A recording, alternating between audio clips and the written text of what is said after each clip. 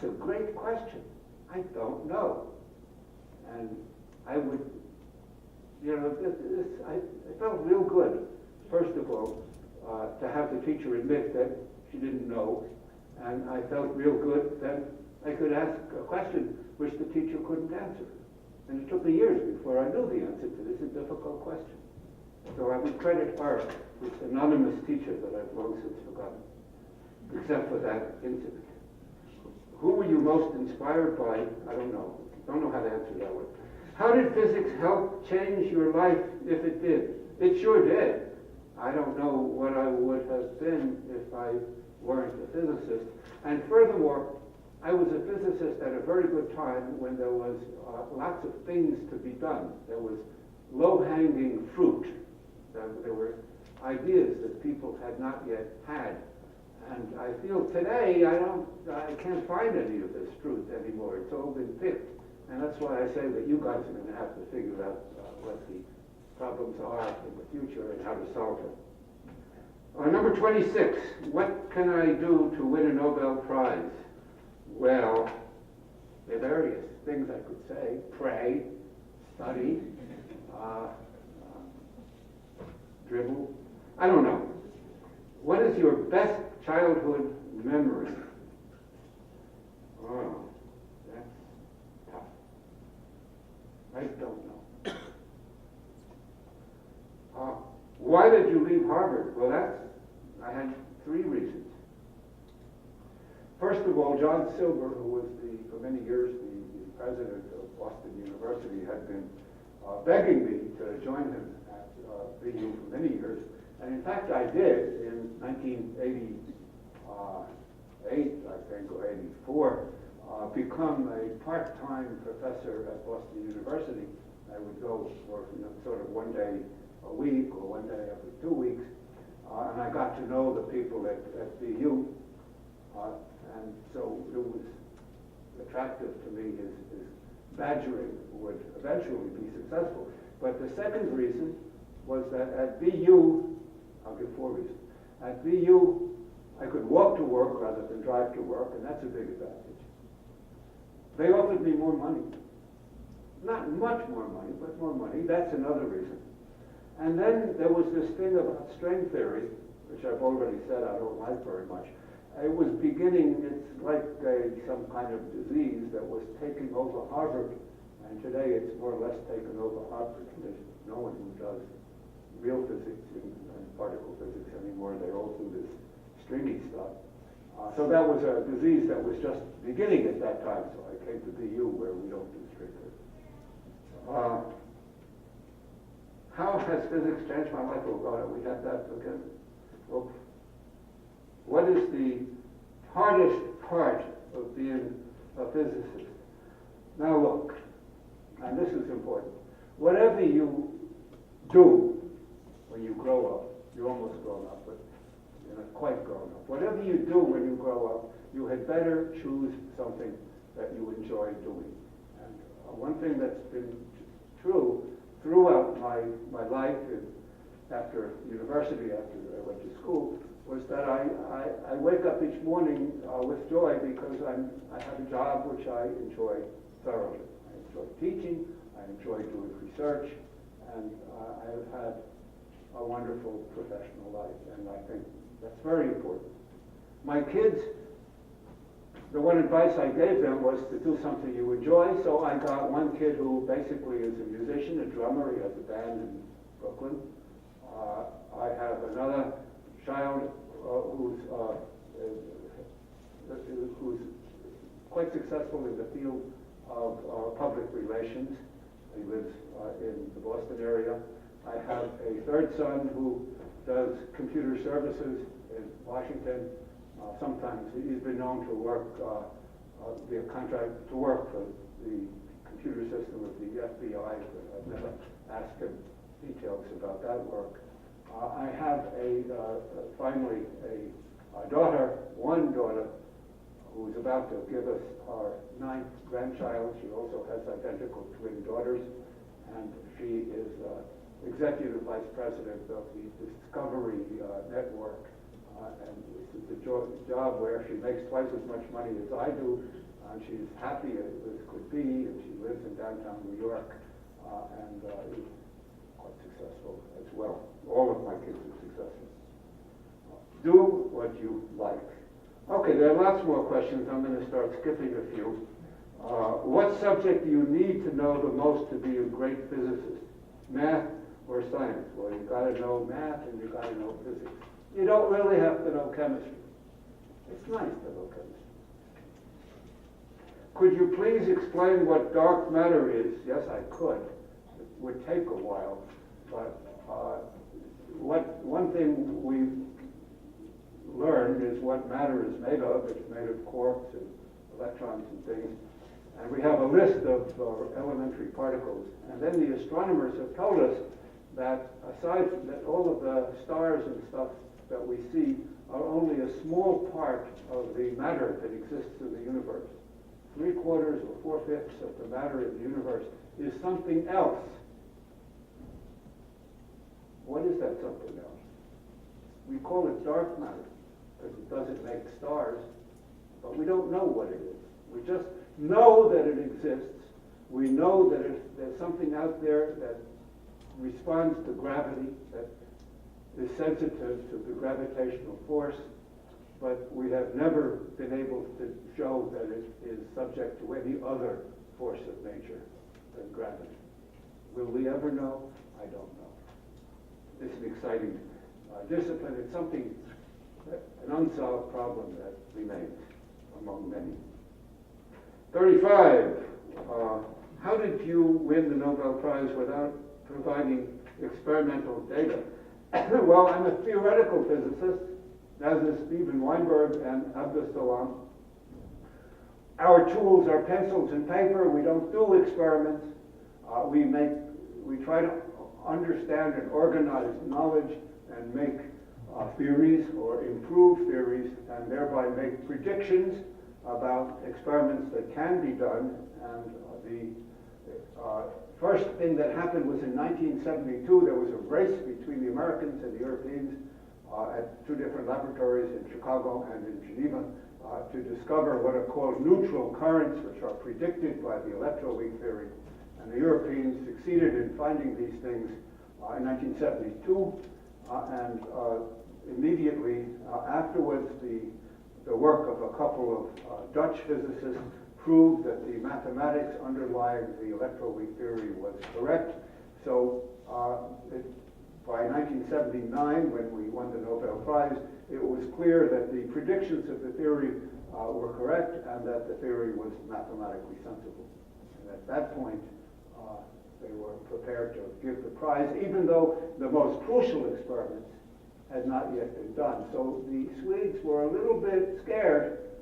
They thought there was a possibility that they had given the prize for a theory which might not be true because a couple of new particles had not been found. Then they were found 2 years later, and they invited us back, giving us our tickets, Steve and I and Abdus, free to come to the next Nobel Prize, which was given to people who had found the particles that we predicted. I think that's about all the time I have, isn't it? I'm not sure. I can continue? Yes, you have time. Yeah, time. Okay, good. Okay. Let's see. Where was it?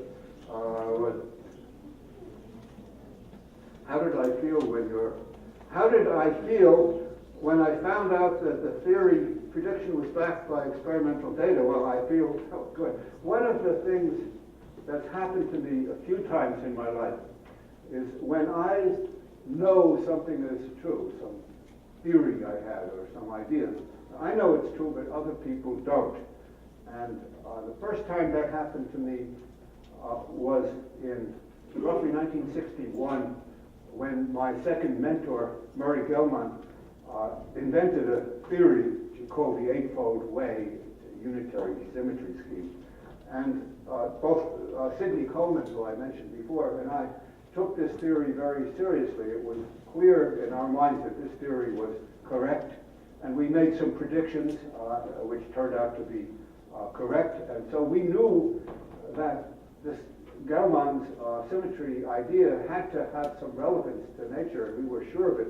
We went around the world proselytizing. We were disciples of the Eightfold Way, and we spoke all over the world about this theory and how beautiful it is, and we made bets with our friends and colleagues that the theory would turn out to be correct.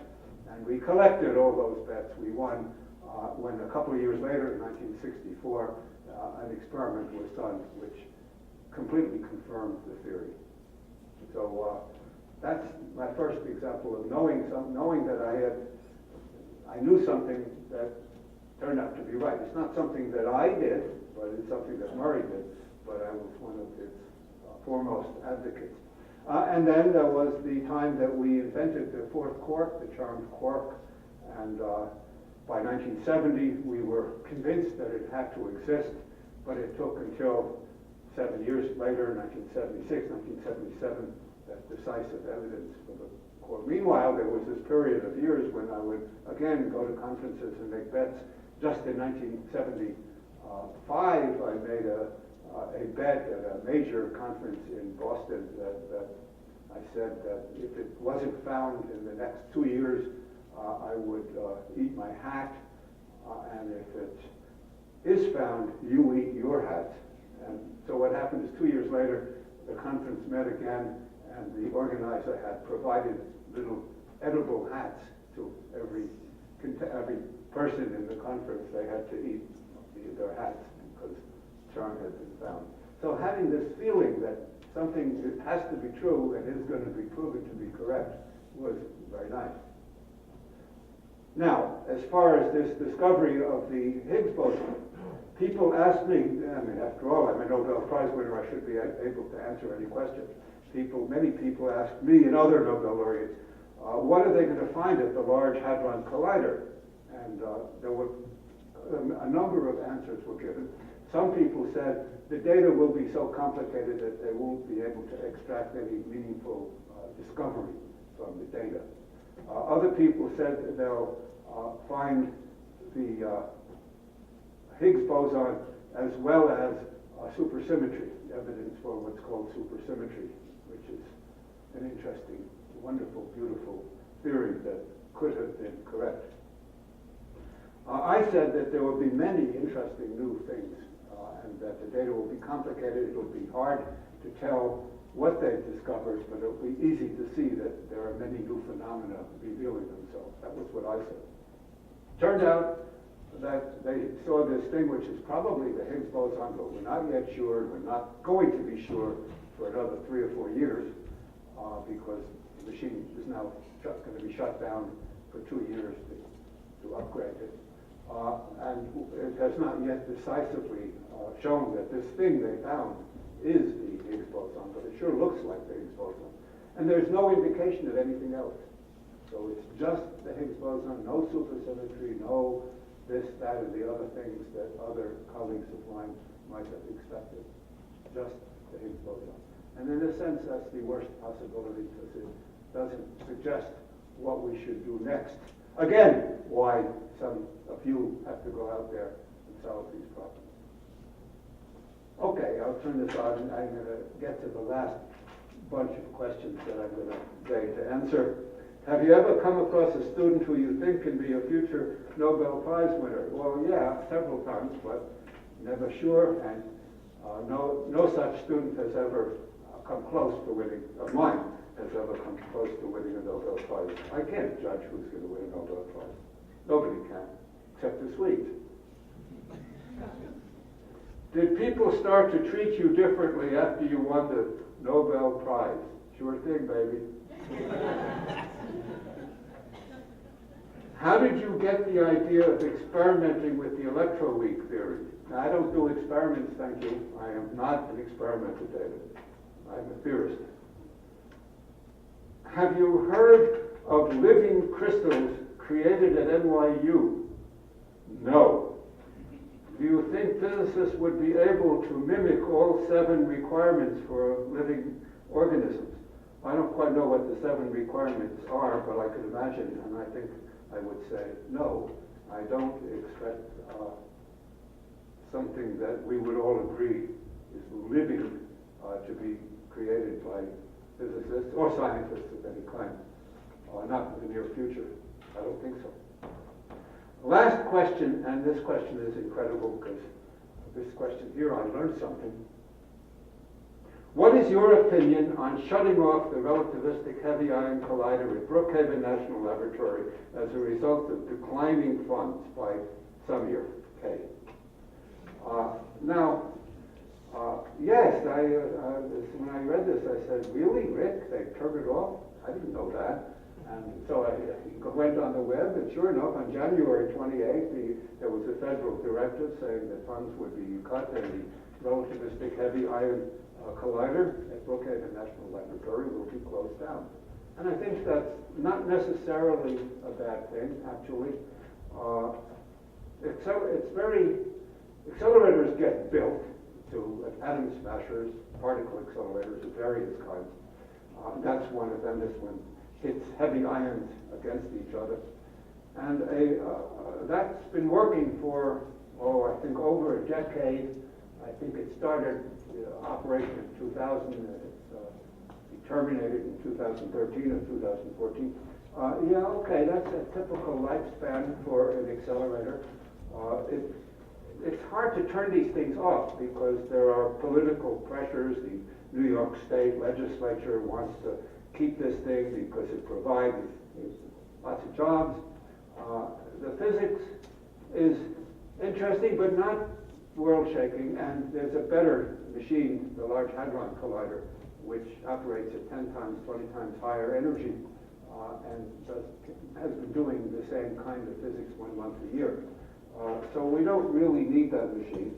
The Large Electron-Positron Collider at CERN, which was a great accelerator, had a lifetime. It was created in 1989. It was turned off for good reason in the year 2000. And so it had a 11-year run. The AGS, the alternating gradient synchrotron at Brookhaven, was doing good physics from 1967 until 1987 or so. That's like 20 years, except most of the good physics was done in the first 10 years, and it was kept because they wanted to use it as a injector for the next machine, which was the relativistic heavy ion collider. That machine would inject the particles into what became RIC.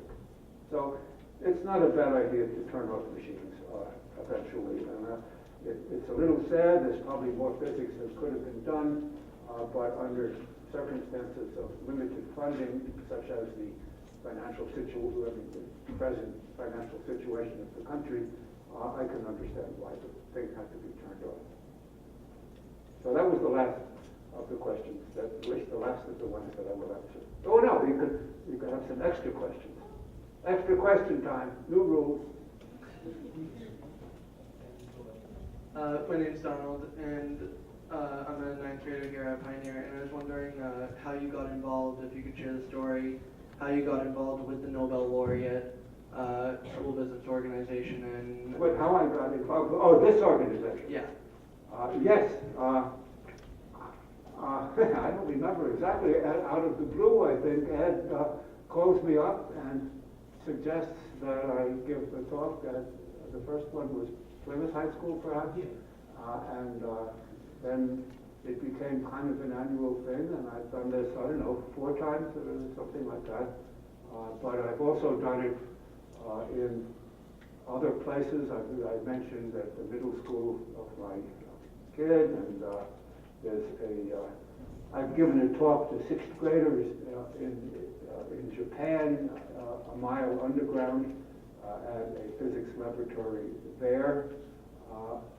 I've done it to French students, to Italian students. So Ed is the master of doing it in the Boston area, and I look forward to doing it again here when many of you will be replaced by a somewhat new generation in a couple of years, perhaps.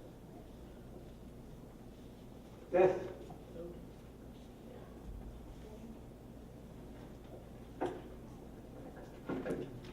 Hello, my name is Daniel. Yes. I have a question. Do you think your life would have been vastly different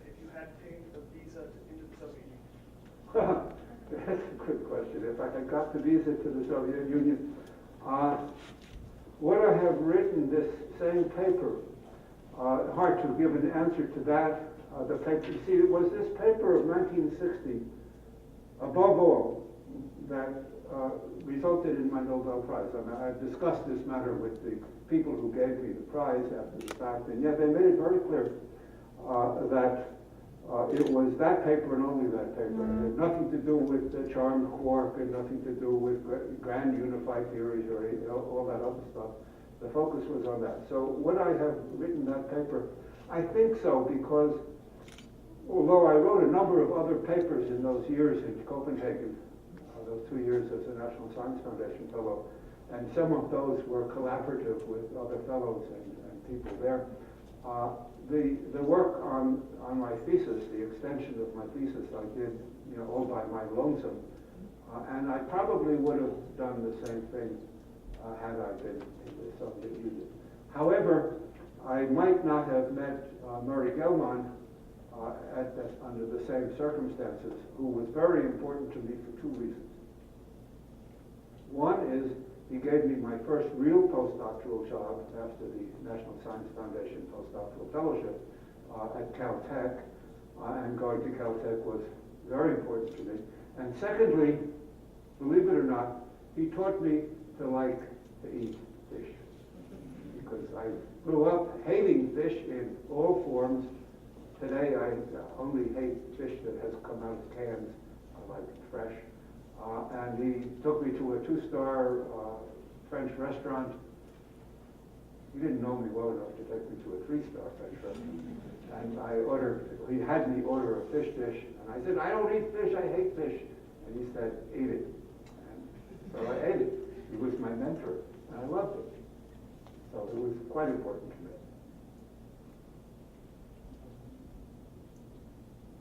Sir?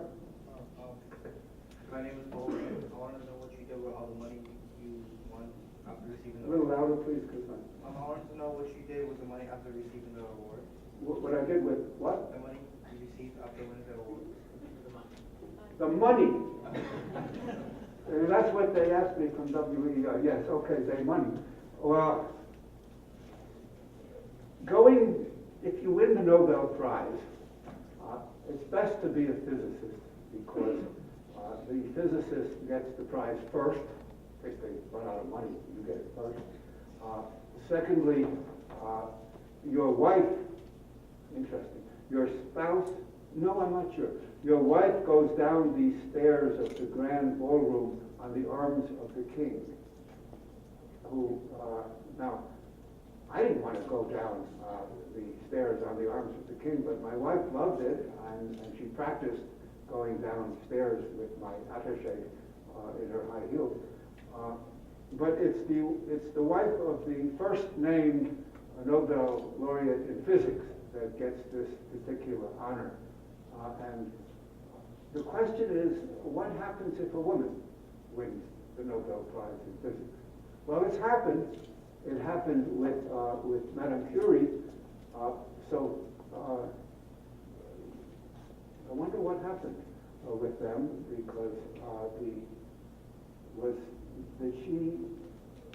she shared the prize with her husband the first time. Yes, she did, but her first prize was for chemistry, so nobody got to walk down the stairs. And her second prize, she was the second named person, or something like that. And whatever it is, that question has never come up. And to this day, we don't know what would happen if a woman won the Nobel Prize.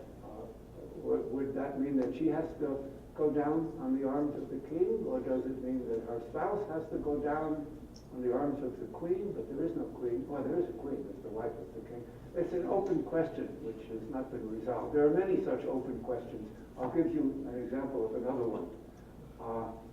I am technically of the Jewish faith, and one thing I teach, and when I teach a course in physics for poets, is I'll teach things about the calendar and how it works. And I teach the Hebrew calendar, the Muslim calendar, and what we have, our everyday calendar, which is the Christian calendar. So I teach all of those calendars. Of course, the most accurate one by far. Well, it's hard to know what accurate means, so let me not make that statement. The Muslim calendar is a purely lunar calendar. It only has to do, it's perfectly exact, but it only has to do with the moon. Has nothing to do with the sun, so that the Muslim holidays occur at different times each year, and sometimes in the winter, sometimes in the summer. So that's their calendar. The Jewish calendar is brilliant. It depends on the fact that there's an approximately integer number of lunar months in 19 years.